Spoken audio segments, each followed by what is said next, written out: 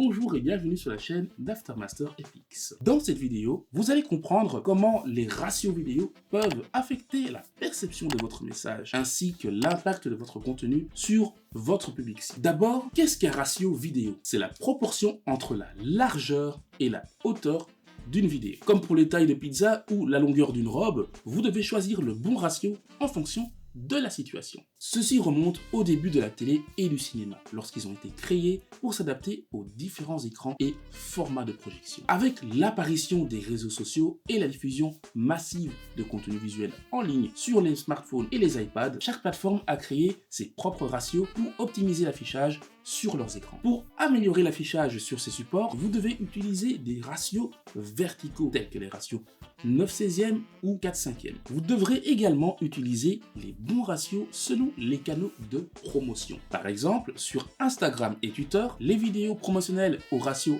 1:1 fonctionnent bien car elles prennent plus d'espace sur les écrans des portables que les vidéos horizontales. Les ratios verticaux, comme 4/5e ou 9/16e, sont idéaux pour les vidéos où seule une personne apparaît. En fonction de votre secteur professionnel, certains ratios peuvent être plus adaptés que d'autres. Par exemple, si vous êtes coiffeur, vous pouvez utiliser des ratios carrés tels que le 1:1 pour montrer les coiffures et les coupes sous différents angles. Si vous voulez faire de la publicité pour un bar ou un restaurant sur un écran plus grand, un écran d'ordinateur, de télévision ou un grand écran, utilisez un format plus large que haut pour montrer l'ambiance et l'atmosphère des lieux. En optant pour le bon ratio vidéo pour votre message et votre public cible, vous pouvez améliorer votre visibilité et votre engagement sur les différentes plateformes de diffusion. N'oubliez pas de faire attention aux erreurs courantes avec les ratios verticaux. Si vous intégrez une autre vidéo d'un autre format, que ce soit carré ou horizontal, comblez les espaces vides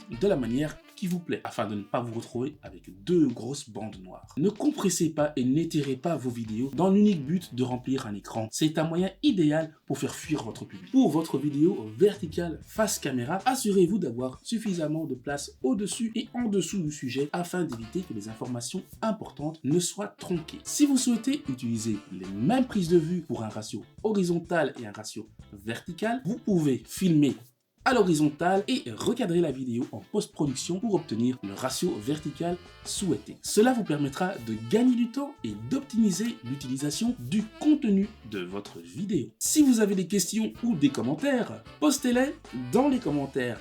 Laissez un like, abonnez-vous et surtout, n'oubliez pas d'activer la petite cloche. Moi, je vous remercie d'avoir regardé et je vous dis à très bientôt dans une prochaine vidéo. Allez, à plus!